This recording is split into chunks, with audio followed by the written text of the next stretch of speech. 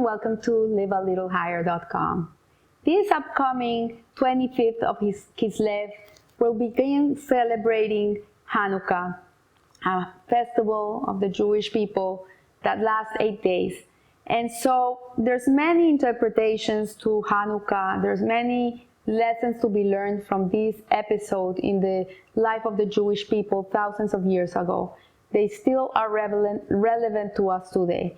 So the Shem Mishmuel, he explains and he describes the historical background of the miracle of Chanukah, and he states that the Gemara informs us, when the Greeks entered the temple, they defiled all of the oil there. When the ruling house of the Hasmonean took control and prevailed, they searched for the oil to be able to light the menorah inside of the temple, and the only thing they could find was one flask of oil that had been preserved and sealed with the seal of the Kohen Gadol. The rest of the oil was considered defiled and they couldn't use it. So there's a question, that halachic question, that we know that the wine is rendered unfit for a Jew if it was handled by an idol worshiper, and this makes it not kosher. We are not, however, aware of a similar halacha applying the oil. It never says in halacha in the Shulchan Aruch that oil has to be handled by someone that is God-fearing and is not an idol worshiper. So in what context then do Hassal mean that the Greeks defiled the oil in the temple? So the Shem Mishmuel, he teaches us that in Bamidbar Rabbah, it says that 3 gifts were created in the world. Anyone who merits any of them takes all the delight in the world, in this world. And they were wisdom, strength, and wealth. These are 3 gifts. So of these 3 gifts, for example, wealth is the most externalized gift. It's one that is not inside of a person, it's really outside of the person. It's not part of him, but it's rather an appendage and thus most visible to others. Strength is a little less external. Strength is it's something that you cannot really see. You can see a very skinny guy, very little guy that you would not think he's a very strong guy. And the guy could be a super strong person, and you could see a giant of a person that looks very strong, and the guy is 0 strong. So we see that strength is also superficial, but it's more internal. And indeed, there are small, weak-looking people that in fact are very strong. Of the 3, wisdom is the most personal and concealed of these gifts. The intellect resides inside our mind, inside our brain, and it really touches the deepest recesses of our soul. So the 3 early exiles to which the Jewish people were subjected correspond to these 3 gifts. So in each case, the oppressing nation was able to subjugate a particular aspect of the Jewish identity. So Babel was characterized by the might, by their power. Persia, in the story of Purim, we know was characterized by wealth. We know that the king Ahasuerus was a very wealthy man, and in Megillat Esther says, he showed them the glorious wealth of his kingdom and the majesty of his royal greatness. And the Greeks were known for their outstanding wisdom. And this is where they wanted to hit the Jew, was in their intellect. Their interest was not to kill the body of a Jew. This was not this type of anti-Semitism that they want to get rid of the Jew. They had no problem with the Jewish body, but they had a problem with the Jewish wisdom. And so even their philosophers and their ideas have been tremendously influential. And thus when they oppressed Israel, they were even able to reach the wisdom of the Torah and enslave it to their own ends. They were not against learning Torah. They taught it in their schools. Everybody learned it. The Jews didn't have to hide to learn Torah, not like in the Purim story and other stories. They could learn Torah freely. but they didn't like the spiritual aspect of the Torah. They were against the Jews keeping the mitzvot. So they couldn't keep Shabbat, they couldn't keep Brit Milah, they couldn't keep the holidays, because it was the spiritual aspect that bothered them. And so we see that all oil in the Torah thought expresses wisdom. And the menorah in the Beit HaMikdash represents the light of Torah radiating to all corners of existence. So we know that this menorah, this 7-branch menorah that was standing in the temple, in the Beit HaMikdash, the light of the menorah was not only for inside of the Beit HaMikdash. That light of the menorah would extend to all the corners of the world. That was the beauty of it. And so when Hassal, our sages in our original quote say that the Greeks defiled the oil, they mean that they were clever enough to subjugate the very heart of the nation, to contaminate their Torah wisdom. So what they were contaminating was not the actual oil, it was the wisdom of the Jews and the oil of the Jews, which is our wisdom, and to defile it with Hellenism. In this sense, the Greeks polluted all the oil in the temple, that is, their twisted form of wisdom seized hold of all areas of Torah wisdom. And it's interesting because today we're going through the same thing. This very subtle type of assimilation of people learning Torah like it's New Age, it's a New Age thing. Let's learn Torah, mindfulness, all these things. And in reality, when you don't learn Torah with the purpose of serving God, Leshem Shamayim, for the sake of heaven, and to connecting to Hashem's wisdom and connecting to God, and you're just doing it for gaining more knowledge and gaining more intelligence and gaining more superficial wisdom, then the Torah becomes like a poison.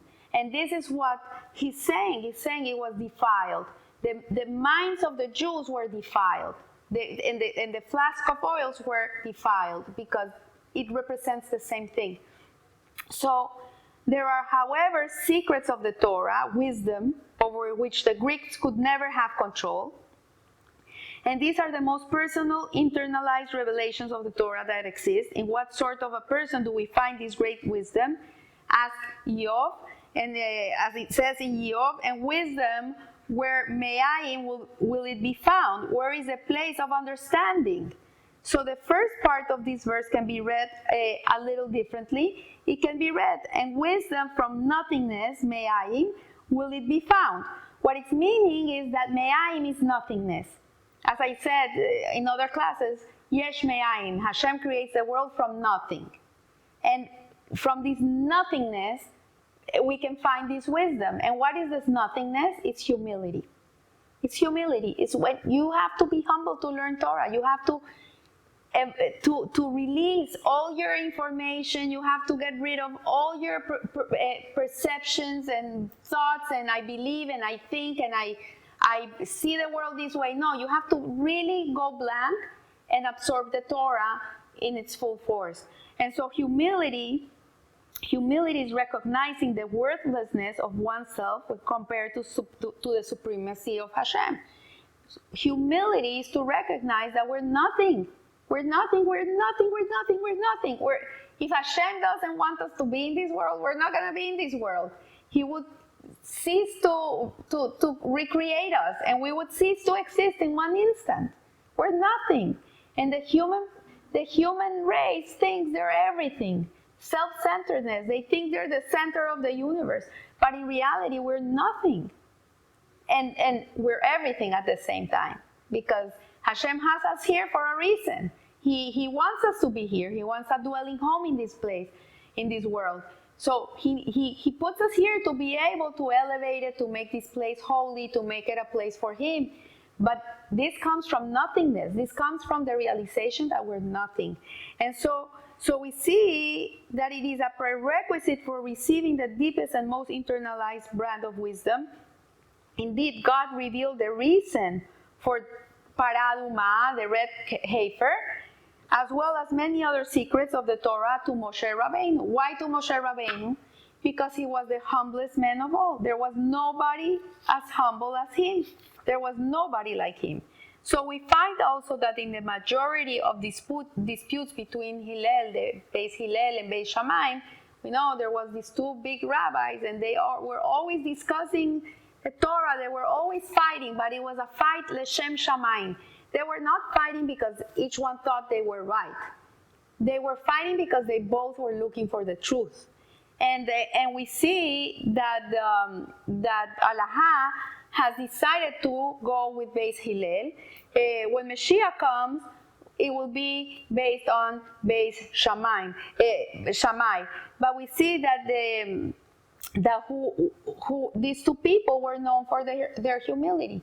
They were always discussing the Torah. One had one view and the other one had a complete different view. One was kindness and leniency, and the other one was very, very judging and very stern. And so we go with Hillel, who was kind and lenient.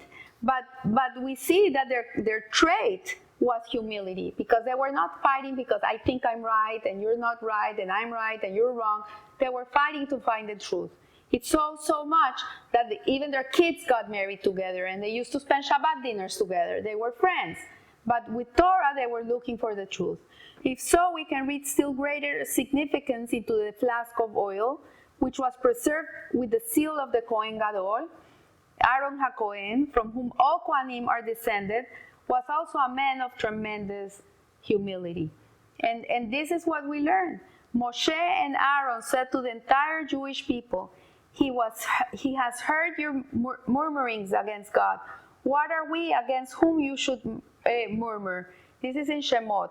And Aaron, who is he that you should murmur against him? This is in Bamidbar. So the seal of Aaron was his great humility. This was what really personified Aaron HaKohen. He was a humble man. He was always searching for peace. He didn't care who was right, who was wrong. He was always trying to bring people together and bring peace and love, ahava, to the Jewish people. And only someone with such a self-effacement could merit receiving the great secrets of the Torah. So the Greeks, although they were steeped in wisdom, these were people who were very, very wise.